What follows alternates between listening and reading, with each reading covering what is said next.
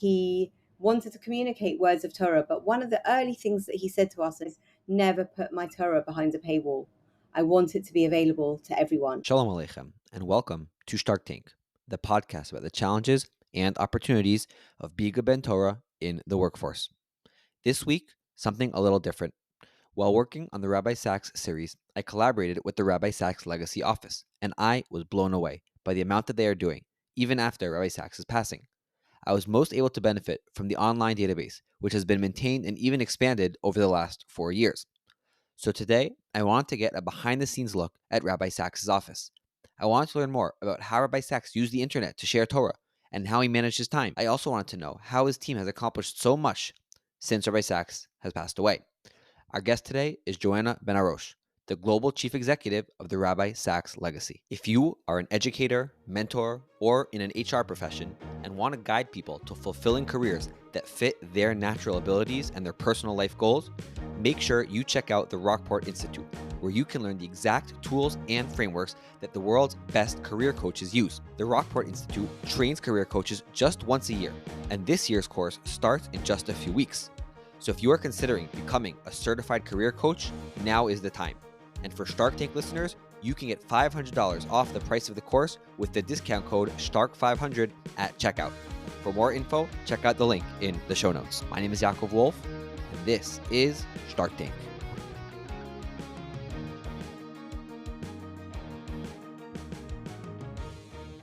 Joanna Benarroch, thank you so much for joining us on Shark Tank today, and welcome. Thank you so much. Thank you for inviting me. So we just completed a two-part series on the legacy of Rabbi Sacks, specifically as how it pertains to career and business, and we had some fantastic interviews. And one of the things that really struck me is when we were speaking to Gilles Gade, who's the CEO of Crossover Bank, and I asked him, how do you become so connected to Rabbi Sacks? And he basically said, way back when Rabbi Sacks started putting out the weekly emails, he noticed them, stumbled upon them, and was able to really connect to Rabbi Sacks and his teachings through that resource. And when I was thinking about it, I thought to myself, that's probably how I got connected to Rabbi Sacks also. I'm assuming that maybe in the around 2010, the British guys in my shul in Beit Shemesh probably printed it out, bring it to shul on Friday night. I would take a glance over their shoulder. So I was sort of reflecting on this, and I wanted to hear a little more about how this came to be, this tremendous resource of Rabbi Sacks' online presence. And so it's a great honor to have Joanna here, because you are been very intimately involved in this project for a very, very long time. So maybe you could start by just telling us the origins of this project, specifically the weekly emails of Covenant Conversation. When did that start? Why did that start? And how did that start? Sure. So thank you very much for inviting me. I had the immense privilege to work with Rabbi Sacks since 1997. So I worked with him for 23 and a half years and until he passed away, and then together with colleagues and a family set up the Rabbi Sacks Legacy after he passed away. But he wanted to communicate his Torah in a way that he felt that people could hear. And so actually he started writing. I did some research over the last few days to find out exactly when we started. And it was whilst since I was working with him, the 2004, 2005, I think, is when he started writing Covenant and Conversation. And I found some early Covenant Conversation essays, and they were much longer and they had makorot. And I found one where he's actually written notes to my colleague, who was Mark Krieger, who was with us in those early days, creating the ability, building up a mailing list. But they primarily sat on our website, but we mailed it out every week. We had a mailing list that grew over time. When he stepped down as chief rabbi, we had, I think, close to 50,000 people on our mailing list, which built up over many years. And we had to ask people to re-sign up when we created the new website. But he wanted to communicate words of Torah. But one of the early things that he said to us, and we'll discuss it further on in the conversation, is never put my Torah behind a paywall. I want it to be available to everyone. I want it to be there for anyone who wants to dip in and learn about the ideas and the teachings that I want to share, but I don't want anyone to have to pay for access. So our website was always open source, and the mailing list grew over time. So people connected in various different ways, not just from the mailing, and then we would go whenever I traveled with him, and I only traveled with him after he stepped down as chief rabbi, wherever we went in the world, there were printouts of covenants of conversation, whether it was on the table as you came into shul. And I actually, I laughingly said to Rabbi Wolf in Highland Lakes in Florida, I said to him, that's so nice that you did this for us. And he looked at me and said, this is every week. And he had the previous weeks, that current week, and the future week. And I was just very impressed. But everywhere we went in the world, that was the case. And everywhere we went in the world, people stopped Rabbi Sacks and said, I learn with you every week. You are part of my Shabbat learning or my weekly learning. And that's how so many people started connecting with him globally. That's very interesting. And I liked how you described how the content itself sort of shifted, which is very interesting because, people have pointed out that the media and the message are intertwined and the media can affect the message. And do you remember like how that process worked? Were people giving feedback that this is too intense for the digital format? Did Rabbi Sacks have any reservations about shortening or removing some of the original length and depth and breadth of the content to fit the internet format? I think the honest truth was that it evolved over time. He did like to have sources, but it took an inordinate amount of time to do that. And after the first or second year, he actually said to us, I'm not sure that I can carry on because of he was writing new material. He'd write probably 3-4 weeks in advance, and we would always be amazed how completely relevant it was, even if he did it as he called for the freezer. And on a certain week, he might have to go back and rewrite it because he needed it to be relevant to a specific time and place.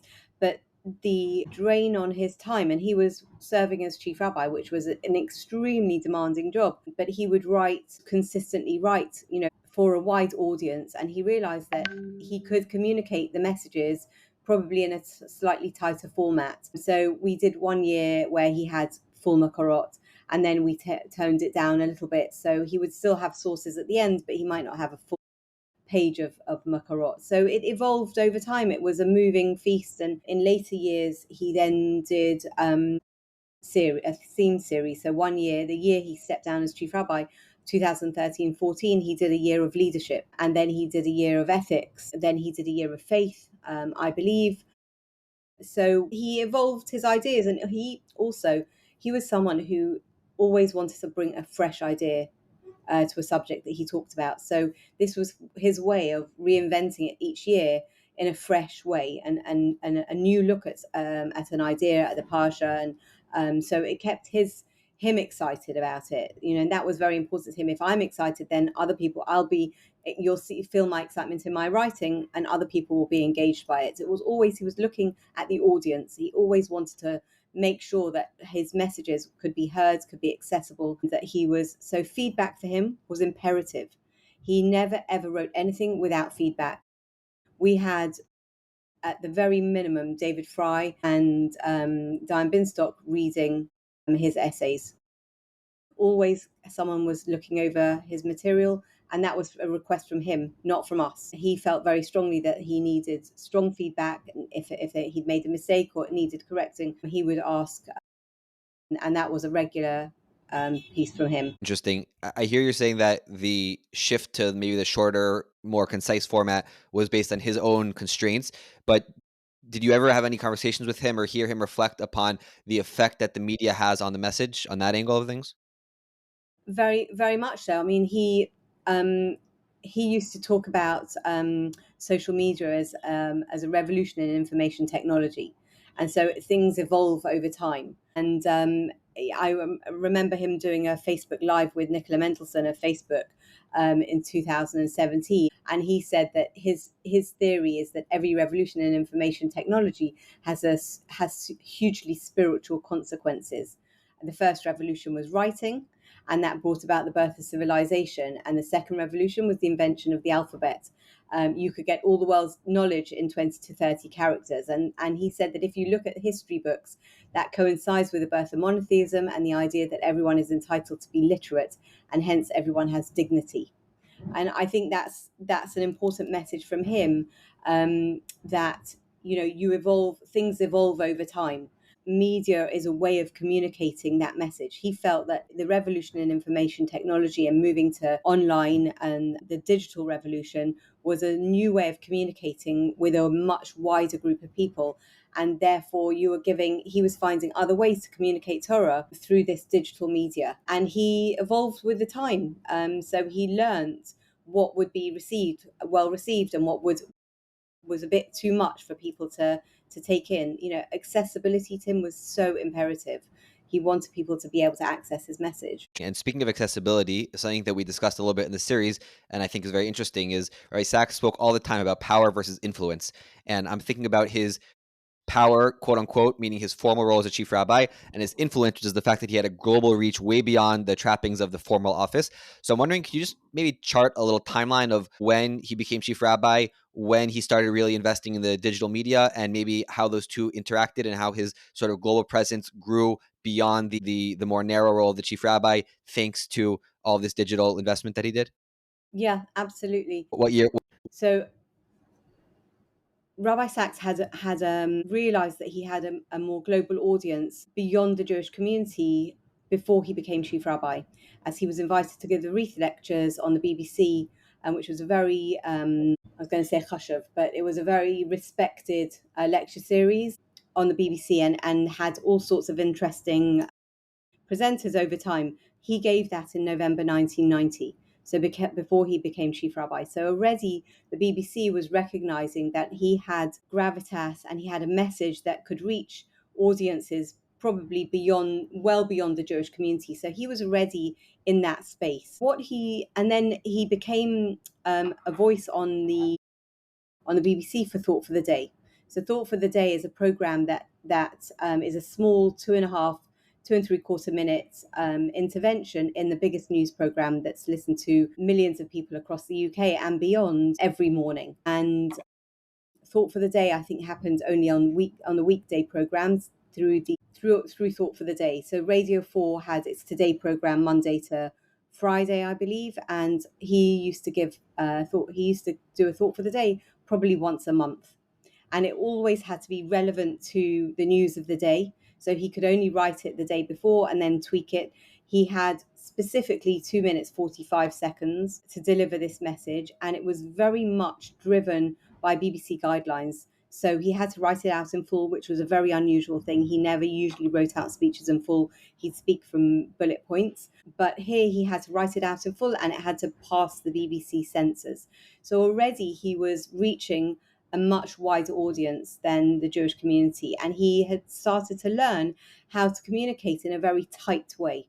To get a message over in 2 minutes 45 seconds, your word count. He was a total wordsmith, and knew how to cast a message in a very specific and limited fashion, to be able to make his message accessible to an audience that wasn't just specifically Jewish.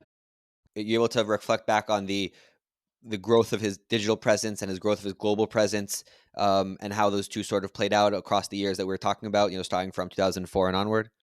So it actually stems back even before that. I was looking last night to see early communications with him about the website, and I joined his office in 1997, and I found an internal memo between myself and various other members of our team about the creation of a website, that he was talking about it in 1998. So I think that was pretty early on in communicating via the internet, but he knew that he needed a digital presence.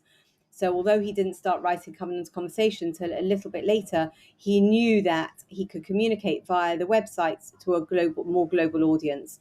And I think the website probably went live in 99 or early 2000, and already people were listening to things that Credo and Thought for the Days that he was writing, that he was giving to the BBC, and he started putting his lectures online in those early days. So making him more accessible. Then it built up over time, and then I think we must have asked him if he would write a Pasha Hashavua on a weekly basis. And I also found his early explanations on why Covenant and Conversation. Could you share that with us? Yes. So I was just flicking through things last night to just remind myself. This was from 5780. He said, when I was chief rabbi, I had wonderful friendships with other religious leaders, not least the two archbishops of Canterbury during my time. This was part of a profound healing that has taken place between Jews and Christians in the post-Holocaust era. After many centuries of estrangement and worse, we respected our differences, but we worked together on the things that mattered to both of us, from climate change to the alleviation of poverty. On one occasion, the then Archbishop of Canterbury, George Carey, made a curious request. We're embarking on a year of reading the Bible.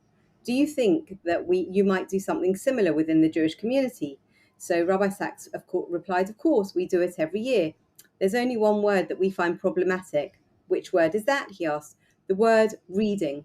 We never simply read the Bible. We study it, we interpret it, interpret other interpretations, argue, question, debate. The verb reading doesn't quite do justice to the way we interact with the Torah. It's usually more active than that. He said, I might have added that even the phrase Kriyat HaTorah, which is usually taken to mean reading the Torah, probably does not mean that at all. Kriyat HaTorah, properly understood, is a performative act. It's a weekly recreation of the revelation at Mount Sinai. It's a covenant ratification ceremony like the one Moshe performed at Sinai. Then he took the book of the covenant and read it aloud to the people, and they said, all that the Lord has spoken we will faithfully do. And like the covenantal renewal ceremony celebrated by Ezra after the return from Babylon. So Kriya in this sense does not mean reading in the modern sense of sitting in an armchair with a book. It means declaring, proclaiming, establishing, and making known the law. It's like what happens in the British Parliament when the final bill gets its final reading, that is, its ratification. So the Torah isn't something we merely read, it involves total engagement. And what has made that engagement possible is the rabbinic concept of midrash. And then he sort of goes on to finish. We don't really read the Torah, we bring it to our time, our lives, our most attentive listening, and our deepest existential commitments. My own beliefs have been formed in that ongoing conversation with the biblical text that is part of the Jewish mind and the Jewish week, which is why, to emphasize this personal engagement, I've decided to call this year's studies, I believe, as a way of saying, this is how I've come to see the world, having listened as attentively as I can to the Torah and its message for me here and now. The Torah is not a systematic treatise about beliefs, but it's a unique way of seeing the world and responding to it. In an age of moral darkness, its message still shines. So, at any rate, I believe, may it be a year of learning and growing for us all. But he felt this was an ongoing conversation. That's very beautiful. I think we touched on it a little bit, but I want to drill down a little bit deeper. I think it comes to a very deep and important point that a lot of us deal with, those of us who are involved in Torah and online initiatives, is the fact that the accessibility of Torah is very important, but there can be a struggle with how accessible or how broad an audience you want, because there's a trade-off there. People who are serious scholars, serious Talmidei Chachamim, they don't want their stuff to be dumbed down, so to speak. So can you tell us a little bit more about how Rabbi Sacks approached that dynamic in making his message, on the one hand, very broad, very accessible, on the other hand, retaining a certain level of scholarly level and having that not lost in the process? Absolutely. So I think what Rabbi Sacks evolved his writing and his speaking over time. When he first started speaking, it was a lot of it was very, very academic and very highbrow. And he would ask for feedback, and this is something that he built into the way he worked as a person. And his preparation into everything he did was unbelievable, second to none. I've never seen anyone work so hard in my life. I mean, he literally, what you read would have been probably the 7th or 10th draft of anything. He put so much effort into what he produced, and it was always driven by the audience, who was reading him, who was listening to him, who needed to hear his message. And so he had he made you feel incredibly clever to understand what he'd written, because he wrote very deeply, but he did it in a way that could be understood and heard. So he lived a life that he called a Judaism engaged with the world. So when he wrote, he brought other scholars into his conversation. So he didn't just quote Torah scholars and the sages and Midrash and Talmud. He would bring in economists and evolutionary theology and physics, civil society. He wanted to make you understand that there was wisdom out there that he could bring in and source. So you were learning not only about the Torah that week, but the relevance to us here now today. And that for him was a very important message, that our Torah was relevant to the way we live our lives. It wasn't separate, something that you put on the side, but it was actually integral to how we live our lives. That Torah's moral values and guidance could guide our whole lives, and we brought that blessing with us into the world. So making those messages accessible wasn't dumbing it down, but was making it in a way that you and I could hear and listen, and but someone on the street could do the same. Anybody could feel that they could access his writings. Some was more challenging than others, but I think he was keeping that sort of steady way of making his work accessible without dumbing it down, if you like. It was something that he really strived very hard to do. Interesting. Was Rabbi Sacks himself technically savvy, or did he have people around him who he trusted to give him advice as to how to manage himself and strategize in the digital space?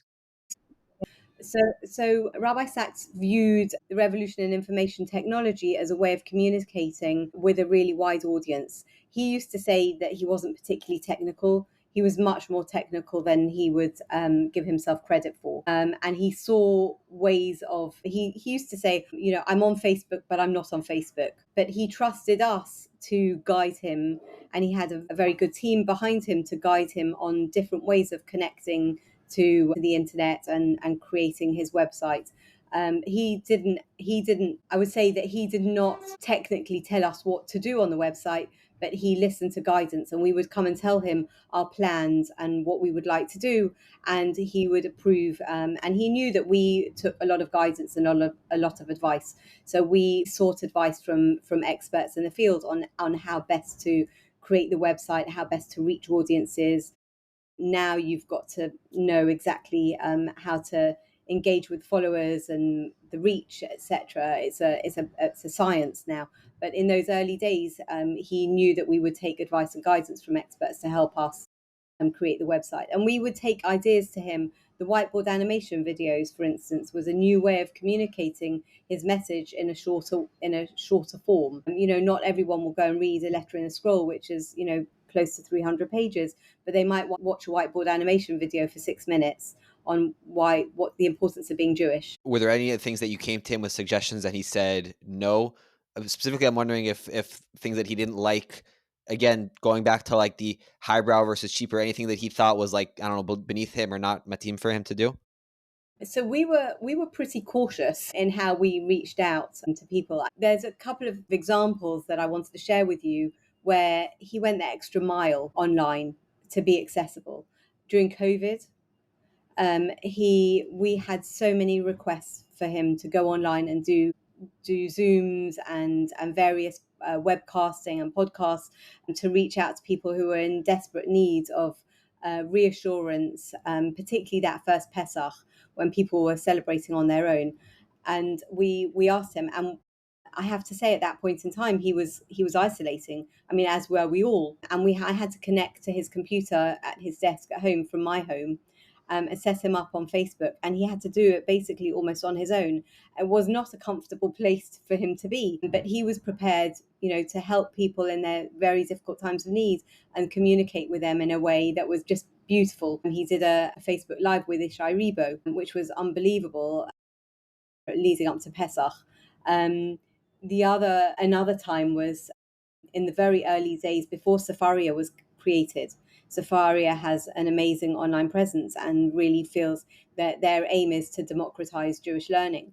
And in 2013, I think it was before he stepped down as chief rabbi, Josh Foer and various others who had this idea of Sefaria came to see him in Hamilton Terrace, and they told him about their idea, and they had gone to so many people who said, we've got the books, we've got Sefarim, why do we need to put it online? And he was so excited by the prospect, and I think he would be very excited to know that he now has a Rabbi Sacks portal on the Sefaria website. But he felt that all of these ways were ways to connect with people and connect Torah to people.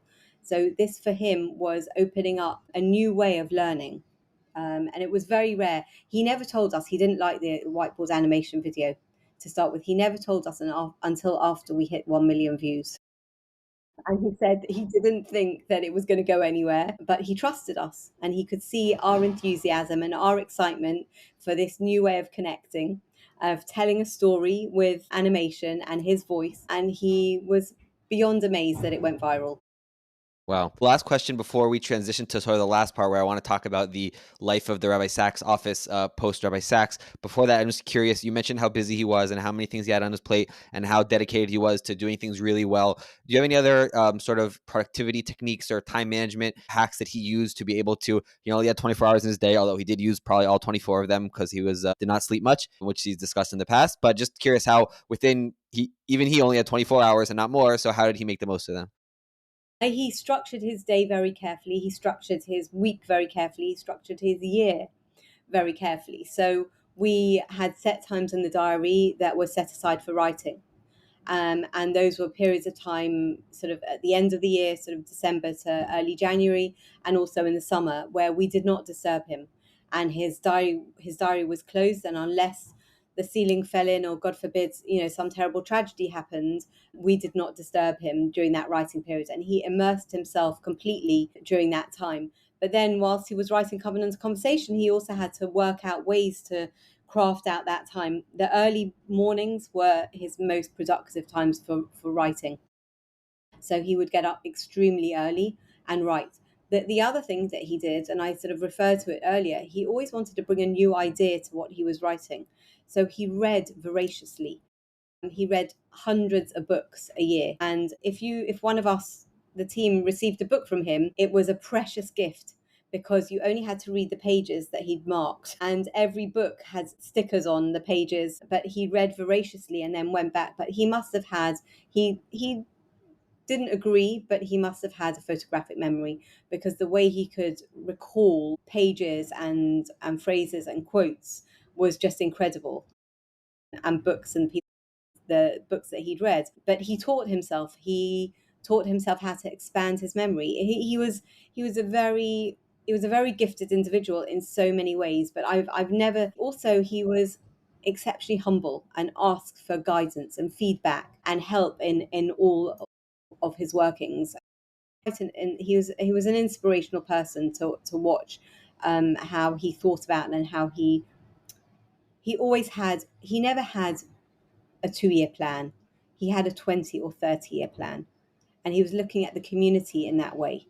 When he became chief rabbi, he was looking at how can Anglo Jewry still be standing in 20, 30 years' time? What do we need to ensure that? So it was an incredible way of working and thinking. Wow. And just when you said that, like he was writing, you wouldn't bother him. That means like absolutely nothing, no response to emails or correspondence whatsoever, or just like a limited availability, Nothing. completely We off the were charts. Wow, off the charts. that's Which was a incredible. challenge. It was a challenge because, obviously we would have to interrupt him for something if necessary. But this was his writing time, and everybody knew. August was you did not disturb the chief rabbi. He had nothing in his diary. In December, January, also there were a few Yeah. weeks there. Wow. Okay, so Ray Sachs passed away, 4 years ago this week, and his office continues to function under your leadership and your team. And I'm wondering, was there like a Yaakov Avinu moment where Rabbi Sachs sort of gathered around his sons and said, like, "Listen, I'm not around forever, ever, but this is what's going to be afterwards." What from what's happening now is a result of his requests or actions?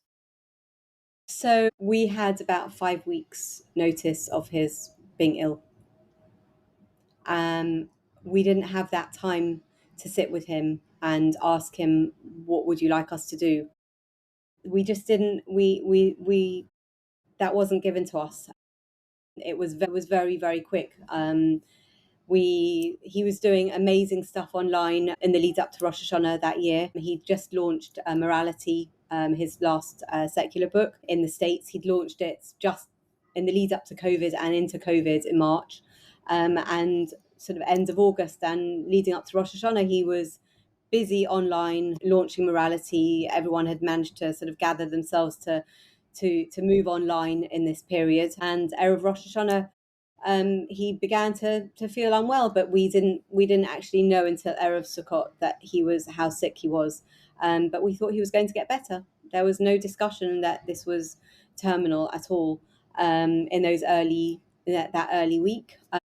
But unfortunately, um, 5 weeks later, 20th of Cheshvan, he left us, and we had not had those conversations because it wasn't on the cards. It really, really was not on the cards. He had 20 years more work to do. That it wasn't anyway. So for us, this was something that we really had to grapple with the family. He'd protected the family during his chief rabbinate. He didn't want them to feel that they had sort of the onerous task of riding the journey with him, although they very much were on the journey with him.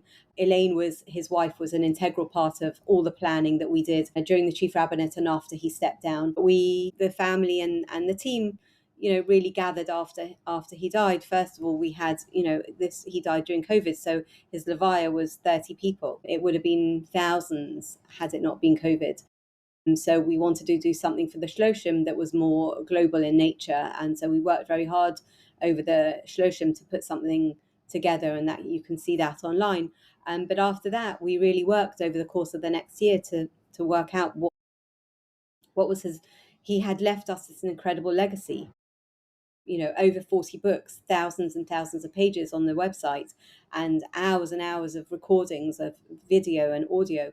What did we do? What was our responsibility to continue that legacy? And those of us close to him really felt this was a responsibility and achrayot on our part to ensure that his legacy lived long beyond him, and not just the books. And the books were very important. And so we came to realization that we had basically three pillars of work that we needed to focus on, and there are a few extra pieces outside that, but the three pillars were: number one, publications and digital. This was the physical legacy that he'd left us, everything that we'd gathered online, making sure that everything was in print. So we've actually made sure that there were early books that were out of print, and Koren recently republished 7 of those volumes, including Will We Have Jewish Grandchildren, which was one of his seminal pieces as he became chief rabbi. And then we're translating into many, many languages, and that's increasing. There's a lot now in German and French, a massive amount in Spanish, and obviously Hebrew is our biggest piece of translation. We're translating into about 14 languages at the moment, which is quite incredible. Covenant Conversation continues to increase.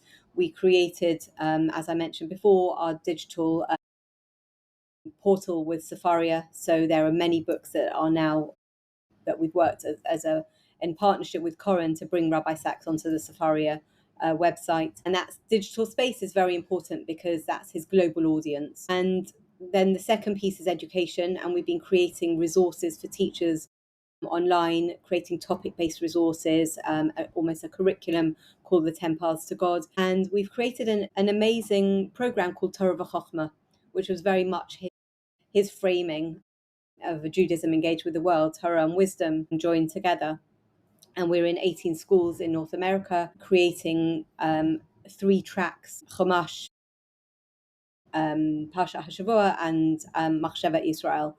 But then we've had requests from Australia and South Africa to start bringing that program to their schools. And many others are joining in that. We're working with another school at the moment to create sort of a Rabbi Sacks framing for the school, which is quite incredible. We're doing an awful lot in Israel. At the moment, we're running a program with 26 mechinot. We are working with the Amit schools to bring Rabbi Sacks into their curriculum through gamification, and there's a Rabbi Sacks avatar. And we're also working with Sulamot to create an amazing program around the ideas in a letter in a scroll. So that education piece is very important, training teachers to teach Rabbi Sacks and broadening his message through education. And I think from Rabbi Sacks' perspective, and I think I'm right to say this, for him, it was the next generation that was important. How can you inspire and proud, knowledgeable young Jews?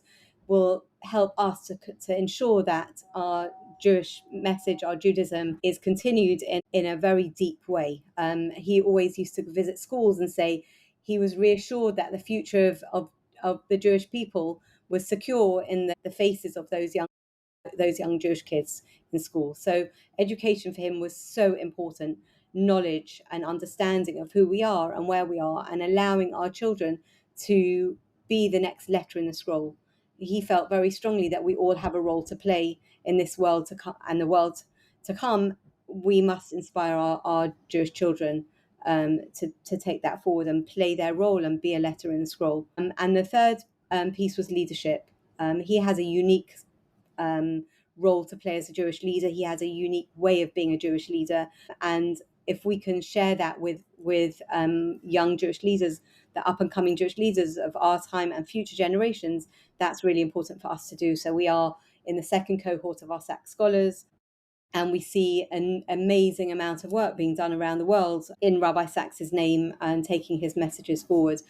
And then there are the other pieces that we've done around the yacht site, the Global Day of Learning, and because what could be more important than learning around on the yacht site itself for his neshama to have an aliyah. And the other piece which we can't forget, and that we've referred to it quite a few times during this conversation, is he had a reach beyond the Jewish community, and we called that moral voice territory. And how can we ensure that it's not necessarily, it's an integral part, but it's almost an additional piece that we have to keep thinking about. How can his Jewish voice be heard, his moral voice be heard beyond the Jewish world? Wow. I had a little bit of experience dealing with, Torah online and different projects and websites, and it's mind-boggling. Just the website part of the first pillar of the writings, take into account the translations and the print stuff. Then you add the second pillar of the education and the third pillar of leadership and the additional stuff. It seems like a massive, massive operation. Is there a way that people listening to this can help out, get involved? Because I'm sure this is like a big, big project, and I'm wondering if there are ways that someone listening to this can give back and be a part of this journey. Thank you so much for mentioning that. We are always open to anyone wishing to be part of the journey with us, and they can contact me, Joanna, at rabbisacks.org. We'll put Um, a link in the show notes. we would absolutely love it. Anyone that wishes to join us on this journey to perpetuate Rabbi Sacks's legacy. Can you tell us a little bit more, like what type of opportunities could there be, whether it's collaborations, are there needs for fundraising, other things that people could start thinking about? Yes. So collaborations, we love working with partners. Like For us, us, Shark like Tank? exactly like Shark Tank. And thank you for being our partner in this. We're working, as I mentioned, with Safaria and AJC and Bar Ilan and the LSJS, Yeshiva University. These are all very important partners for us. So we're always looking at collaborations. We have deep content.